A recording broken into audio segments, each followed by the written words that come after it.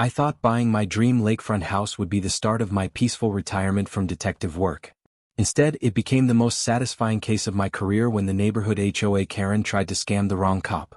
Before watching full story, comment below from where you watching. Also like and subscribe for more stories. My name is Jake Sullivan, and after 15 years as a detective with the Metro Police Department, I thought I'd seen everything. I was wrong. The biggest shock of my life came not from chasing criminals, but from buying my dream house. After years of living in a cramped apartment downtown, saving every penny from my detective salary, I finally had enough for a down payment on something special. The house was perfect, a beautiful 2-story lakefront property with a wraparound deck, mature oak trees, and the most stunning sunrise view I'd ever seen.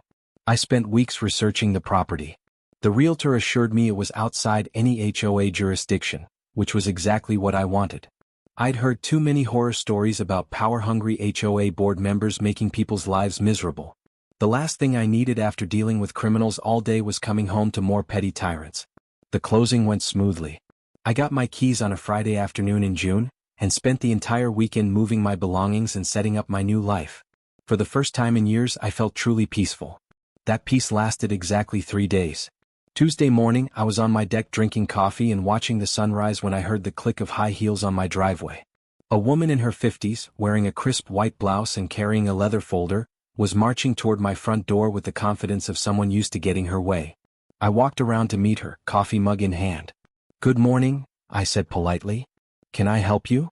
She looked me up and down with barely concealed disgust. I was wearing jeans and an old Police Academy t-shirt, apparently not up to her standards. "I'm Margaret Whitmore, president of the Lakeside Estates Homeowners Association," she announced, extending her hand like I should be honored to shake it. "You must be the new owner of 847 Lakeshore Drive." "That's right. Jake Sullivan. Nice to meet you." Her smile was as fake as a $3 bill. "Welcome to the neighborhood, Mr. Sullivan. I have some important documents for you to sign immediately." She opened her leather folder and pulled out a thick stack of papers. "These are your HOA membership documents, community guidelines, and your first dues statement.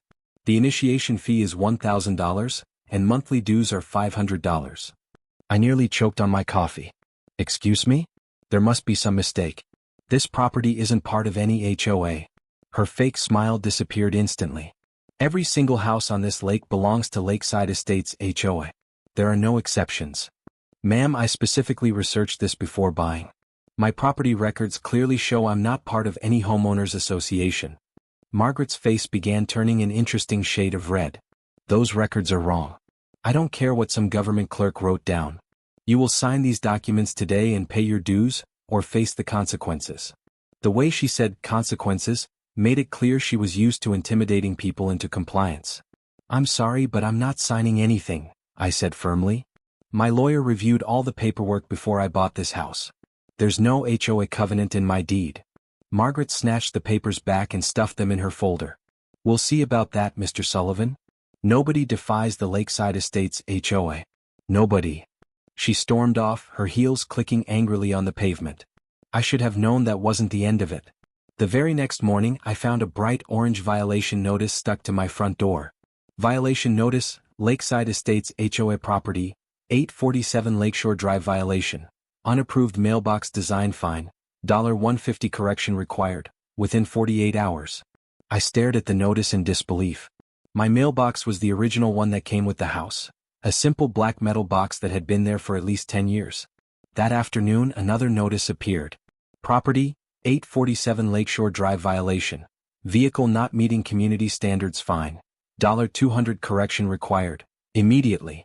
My non-compliant vehicle was a 5-year-old Honda Accord that I kept immaculately clean.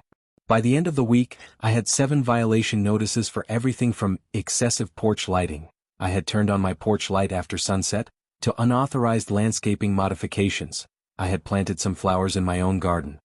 Margaret was clearly trying to overwhelm me with fines and harassment until I gave in and joined her fake HOA. The harassment campaign intensified over the next 2 weeks. Margaret would drive by my house multiple times a day, always slowing down to take photos with her phone. She'd sit in her car across the street, watching my house like she was conducting surveillance. One evening, I was grilling dinner on my deck when she pulled into my driveway and got out of her car. "That barbecue grill is a fire hazard," she shouted from my driveway. HOA regulations clearly state that grills must be at least 15 feet from any structure. My grill was on my deck, which was attached to my house. By her logic, I'd need a 15-foot extension to use it legally. "Ma'am, please get off my property," I said calmly. "This isn't your property," she screamed. "Everything on this lake belongs to the HOA. You're just a tenant who refuses to pay rent." I set down my grilling tongs and walked to the edge of my deck. "I'm going to ask you one more time to leave my property. If you don't, I'll call the police." Margaret laughed. "Go ahead. Call them. They'll side with me when they see all these violation notices." She was so confident, so sure that her fake authority would protect her. I almost felt sorry for her. The worst part wasn't Margaret's direct harassment, it was how she poisoned the other neighbors against me. She held emergency HOA meetings to discuss the problem house at 847 Lakeshore Drive. Mrs. Chun from 2 houses down stopped by one evening looking embarrassed. "I'm sorry to bother you," she said, "but Margaret says you're bringing down our property values by not maintaining HOA standards. She's demanding we all shun you until you comply." I invited Mrs. Chin in for coffee and showed her my property records. Her eyes went wide when she saw the truth. "My house isn't part of the HOA either," she whispered. "But Margaret told me it was when I moved in 3 years ago. I've been paying dues this whole time." That's when I realized Margaret wasn't just harassing me, she was running a con game on the entire neighborhood. "Mrs. Chin, I think you should stop paying those dues. And maybe we should find out exactly which houses are actually part of the real HOA." She looked terrified. "But what if she retaliates? She has so much power." "Does she though? Or does she just want people to think she does?" As a detective, I couldn't resist doing some digging. I spent my day off at the county courthouse, researching property records and HOA filings. What I found was fascinating. The original Lakeside Estates HOA was established in 1998 and covered exactly 12 houses on the south side of the lake. Margaret's house was one of them. However, the HOA had been essentially inactive for years, with no regular meetings or enforcement. My house, along with 15 other properties on the north side of the lake, had never been part of any HOA. We were all independent homeowners who happened to live near the water. But here's where it got interesting. Margaret had been collecting dues from at least 8 families who weren't actually HOA members. Based on Mrs. Chen's information, she'd collected over $30,000 in fraudulent fees over the past 3 years. I also discovered that Margaret wasn't even the real HOA president. That position belonged to a man named Robert Torres, who lived on the south side and had no idea Margaret was using the HOA name to scam people. Armed with this information, I decided to give Margaret enough rope to hang herself. I needed her to escalate the situation in front of witnesses, preferably police officers. I started by ignoring all her violation notices completely. I left my non-compliant mailbox exactly as it was. I kept my porch light on all night. I parked my substandard car prominently in my driveway. Margaret's response was swift and predictable. The violation notices became more aggressive, with threats of legal action and property liens. She began leaving multiple notices per day, sometimes handwritten in angry red ink. Then I played my trump card. I bought a small garden gnome and placed it prominently in my front yard. It was tacky, sure, but it wasn't illegal, and I knew it would drive Margaret absolutely crazy. The next morning, there were 3 violation notices on my door, all related to my offensive garden decoration and destruction of neighborhood aesthetics. Perfect. Saturday morning, I was on my deck reading the newspaper when I heard car doors slamming in my driveway. Margaret had arrived with backup, 2 other middle-aged women who looked just as stern and disapproving as she did. All 3 women marched onto my property without permission. "That's it," Margaret shouted, pointing at my garden gnome. "That hideous thing is the last straw. And this deck is too large according to our regulations." I looked up from my newspaper. "Good morning, ladies. Beautiful day, isn't it? Don't you dare act casual with us," screamed one of Margaret's companions. "We're here on official HOA business. This deck exceeds the maximum allowable square footage by at least 30%, Margaret declared, pulling out a measuring tape. "It needs to be torn down immediately." "The deck was here when I bought the house," I replied calmly. "And as I've explained before, I'm not part of your HOA. Liar." Margaret's face was purple with rage. "Every house on this lake follows our rules. I don't care if you think you're some tough guy, you will obey me." She was practically foaming at the mouth, completely out of control. "I'm calling the police right now," she announced, pulling out her phone with trembling hands. They'll arrest you for trespassing on HOA property and destroying community standards. This was exactly what I'd been waiting for. By all means, I said, returning to my newspaper. Call them. Within 10 minutes, I heard sirens approaching. 2 patrol cars pulled up to my house, and out stepped Officers Martinez and Johnson, 2 cops I'd worked with dozens of times over the years. Margaret and her crew rushed over to the officers like they were cavalry arriving to save them.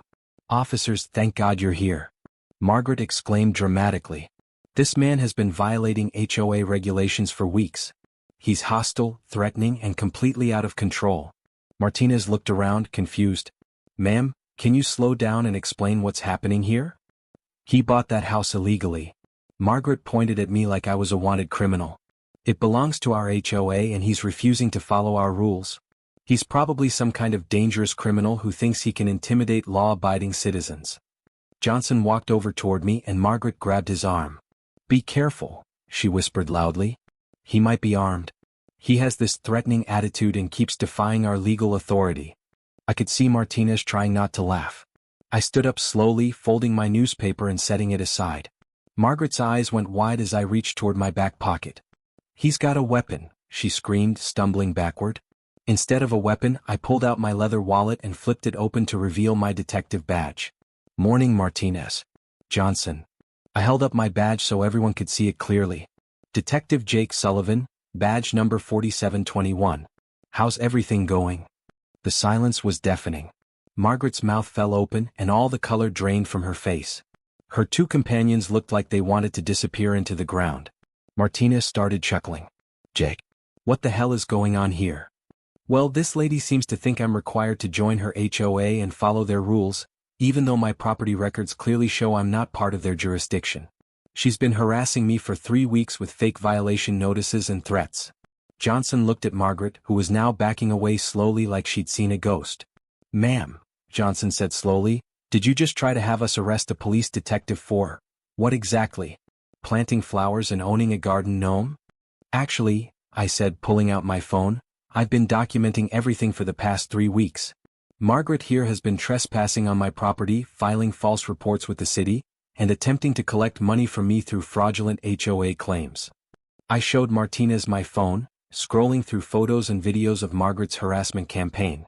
"She's also been taking pictures of my house multiple times a day and conducting unauthorized surveillance." Margaret found her voice. I didn't know he was a police officer. This is all a big misunderstanding." "So you only respect the law when you know someone can enforce it?" Johnson asked. "No, that's not what I meant." Margaret stammered. "I was just trying to maintain community standards." "By lying about HOA membership and collecting illegal fees?" I asked. Martinez looked at me sharply. "What fees?" "I did some research at the courthouse. Margaret has been telling homeowners they're part of her HOA when they're not, then collecting monthly dues. I estimate she's collected over $30,000 in fraudulent payments." Johnson ran Margaret's information while Martinez took my statement. What they found was even worse than I'd thought. "Jake, she's got a history," Johnson reported.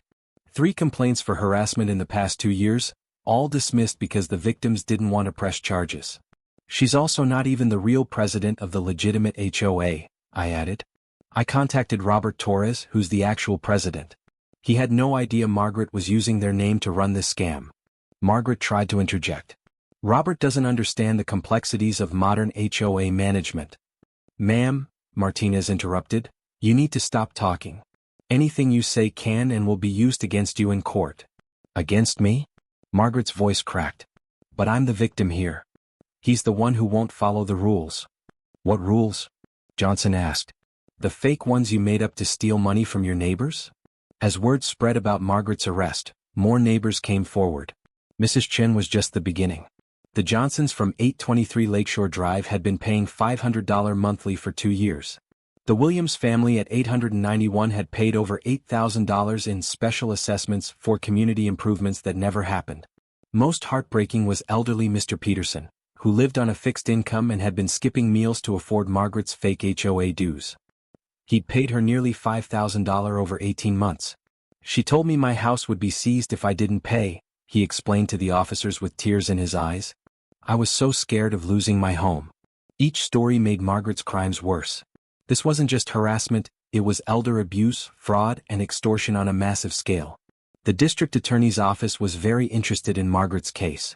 She was ultimately charged with multiple counts of fraud, one for each victim, stalking and harassment, filing false police reports, impersonating an official, claiming to be HOA president, extortion, elder abuse for targeting Mr. Peterson. The evidence was overwhelming. I had documented everything meticulously, and once people started talking, the full scope of her operation became clear. Margaret tried to claim she genuinely believed she had authority over the entire lake community, but her own records proved otherwise. She had detailed spreadsheets tracking which houses were real HOA members versus which were expansion targets. She'd been running a calculated con game, not operating under a delusion. The trial was a circus. Margaret hired an expensive lawyer who tried to paint her as a well-meaning community volunteer who got carried away with her duties. That argument fell apart when the prosecutor presented Margaret's banking records. She'd been depositing the fake HOA dues into her personal account and using the money for home renovations, luxury vacations, and a new BMW. The most damaging testimony came from Robert Torres, the actual HOA president. He testified that Margaret had been removed from the Real HOA board 2 years earlier for aggressive behavior and financial irregularities. She'd been operating her fake HOA empire as revenge against the neighbors who'd rejected her leadership. When Margaret took the stand in her own defense, she couldn't help herself. She started ranting about ungrateful neighbors and maintaining standards, until the judge had to tell her to focus on the questions. These people needed leadership, she declared. Someone had to take charge and make them do the right thing. Even if it meant lying to them and stealing their money? The prosecutor asked. I wasn't stealing. I was collecting legitimate fees for community services. What services? The money went into your personal account for your personal use. Margaret had no answer for that. The jury deliberated for less than 2 hours. Guilty on all counts. Margaret was sentenced to 3 years in prison, 5 years probation, and ordered to pay full restitution to all her victims, $47,000 in total, plus legal fees and court costs. The real kicker was the civil lawsuits. Every family she defrauded sued her for damages, emotional distress, and punitive awards. The total came to over $200,000. To pay her debts, Margaret had to sell her beautiful lakefront house, the same house that had given her the platform to terrorize the rest of us. The irony was perfect. She moved to a small apartment across town, and I heard through the grapevine that she got a job at a call center. No more power trips, no more intimidating neighbors. Just 8 hours a day in a cubicle, taking orders instead of giving them. The neighborhood changed completely after Margaret's departure. Suddenly people were friendly again. We started having impromptu barbecues, helping each other with yard work, and actually enjoying our lakefront community. Mrs. Chin used her restitution money to renovate her kitchen. The Johnsons took a vacation to Hawaii with theirs. Mr. Peterson was able to afford his medications again and even bought a small boat to enjoy the lake. The Real Lakeside Estates HOA, led by Robert Torres, reached out to apologize for Margaret's actions. They offered to include our side of the lake in their association if we wanted, but with reasonable dues and actual community benefits. Most of us politely declined. We'd had enough of HOAs for one lifetime. 6 months after Margaret's conviction, her old house sold to a wonderful family, the Rodriguezes. They had 2 young kids who loved fishing off the dock, and they actually respected property boundaries. Maria Rodriguez stopped by during their first week to introduce herself and bring homemade cookies. We heard about what happened with the previous owner, she said. We want you to know we're not like that. We believe in being good neighbors, not neighborhood dictators. It was refreshing to meet people who understood that community doesn't come from threats and fines, but from mutual respect and kindness. Their kids often wave to me when I'm on my deck in the mornings, and sometimes I help them untangle fishing lines or share stories about the different fish in the lake. That's what a real community should feel like. Today, nearly a year later, I'm still enjoying my coffee on my supposedly non-compliant deck, watching the sunrise over the peaceful lake. My garden gnome stands proudly in the front yard, a small monument to the importance of standing up to bullies. My flowers are blooming beautifully in my unauthorized garden. My porch light stays on as late as I want. My mailbox remains perfectly unapproved. And my 5-year-old Honda Accord sits in my driveway, apparently still not meeting Margaret's community standards. The lake is quiet now, except for the natural sounds of water lapping against the shore and birds calling to each other across the water. No more angry shouting, no more harassment, No more fake authority figures trying to control everyone around them. I learned some valuable lessons from this experience. First, always verify any claims about HOA membership. Real HOAs have official documentation filed with the county, legitimate boards of directors, and transparent financial records. Second, bullies rely on people being too intimidated or tired to fight back. Margaret's whole operation depended on neighbors giving in rather than challenging her fake authority. Third, document everything. My careful record-keeping turned a he-said-she-said situation into an ironclad case with photographic evidence and detailed timelines. Finally, sometimes the best revenge is simply letting bullies face the natural consequences of their actions. I didn't have to destroy Margaret, she destroyed herself through her own greed and arrogance. The badge reveal was satisfying, sure, but the real victory was watching her lose everything she'd gained through lies and intimidation. Justice served itself with a little help from the legal system. Margaret learned the hard way that you can't bully everyone, especially when you try to intimidate someone whose job is literally enforcing the law. But more importantly, she learned that actions have consequences, and eventually, every bully meets someone who won't back down. The lake is peaceful again, the community is stronger, and I couldn't be happier with my dream house by the water. Sometimes karma works exactly as it should. Remember, know your property rights, document harassment, and never let bullies intimidate you into giving up what's rightfully yours. Real authority doesn't need to scream and threaten. It speaks calmly and carries proper documentation.